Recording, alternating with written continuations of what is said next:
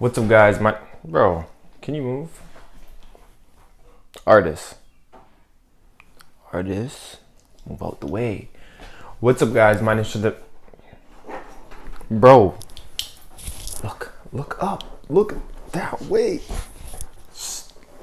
Look. Bro. Okay. What's up, guys? My name is the Fisher, aka Tap Studios, and for today's video, I'm gonna be doing an eye drawing tutorial. So I'm gonna be showing you guys quick and easy steps of how I paint eyes, and the program I'm gonna be using is Procreate. All the equipment, all that is all linked down below. If you would like to also use the brushes that I'm gonna be using, you can check that out also in the link down below. And yep, without further ado, let's go ahead and get started.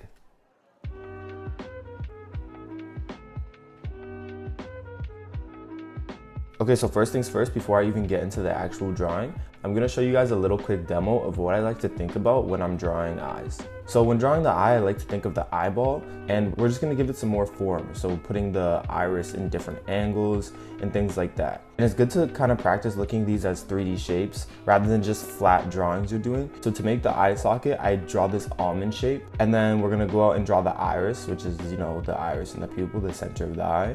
And then you would go in and you would add the eyelid and the eyebrow, etc., etc. So that's just basically, I'm showing you that I like to think about the 3D shape of the eyeball, which is inside the eye socket, and then the eye socket, which is usually like an almond shape, but this can change based off ethnicities, age, things like that.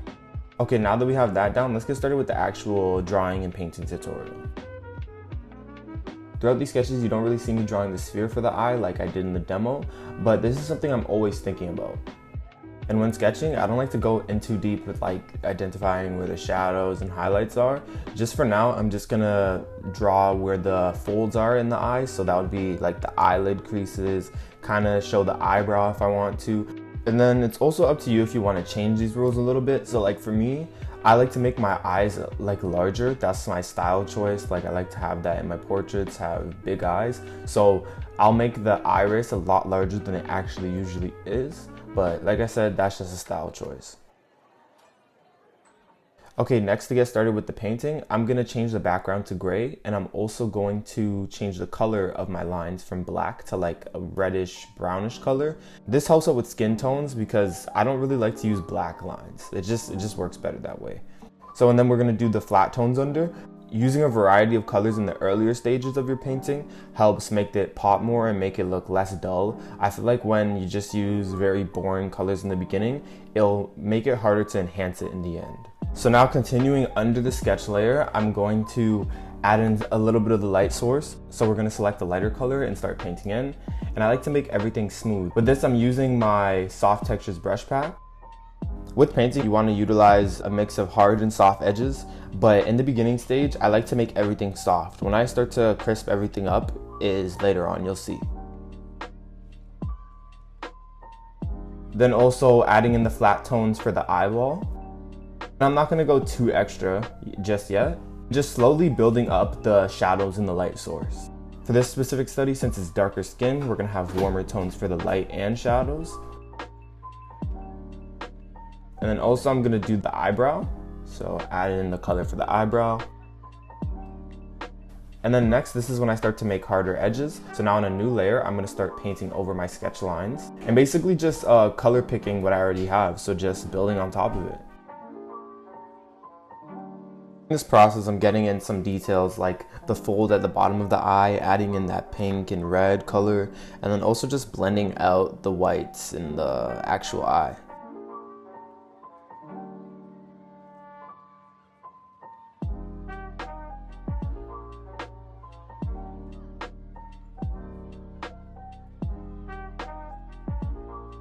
And here I'm just adding some extra highlights in the actual iris to make it kind of pop. I like to make my eyes glow sometimes. I think it's pretty cool. And then also adding that major highlight. That highlight in the eye is very important.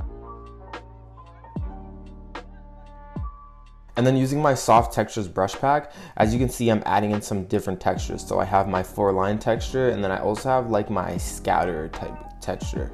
You'll see it's kind of like small particles for the skin.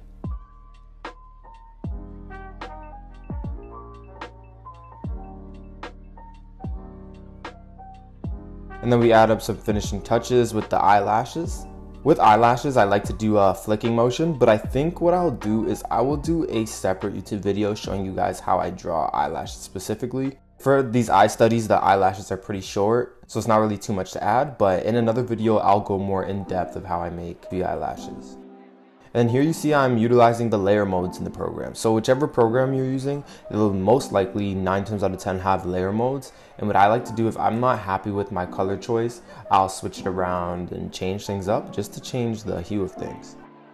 Okay, and just like that, we're done the first eye study.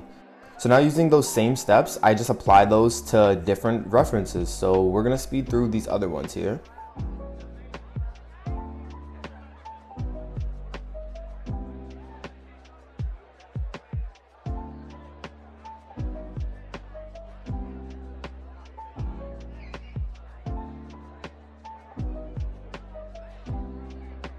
With the second study, I'm really trying to show the harder edges.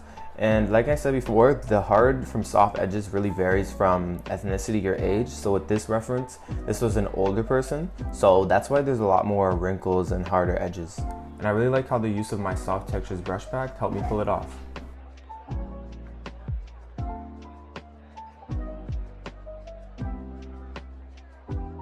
And now for this third one, it still has that same almond shape like I mentioned before, but the eye is more droopy. So what I wanted to do is use more dull colors to have a good representation of like the mood and expression of the eye. And even though I want to go dull, I'm not going to go too dull where it looks like there's no like sort of pigmentation or blood flow in the skin.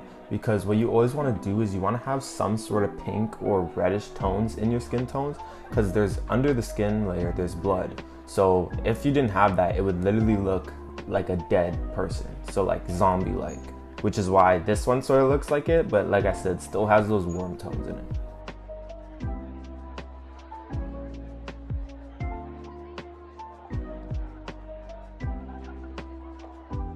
And next, for this last study, this one was sort of made up with no reference. I didn't have a reference for it. I just wanted to try something out. And I'm kind of planning out how I wanted the light source to be. You can tell I'm trying to be a little more safe with this one. Just adding in those pinks and those light bright yellows to distinguish where I want the shadows and the highlights to be. And like I said before, many times, I really like how the soft textures came out with the particles in the eye, you can kind of see, and also once I start to use the 4-line texture.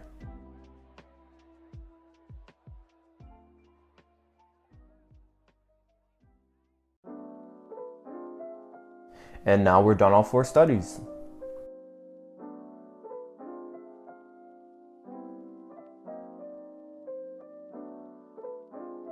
Okay, and that's going to be it for this video. I hope you guys enjoyed. Make sure you click the like and subscribe button. Also let me know what you guys like to see next. And don't forget, if you look at my bio, you'll see the brush pack that I use for this. So if you'd like to download the soft textures brush pack, be sure to check the description down below. But until next time, peace out.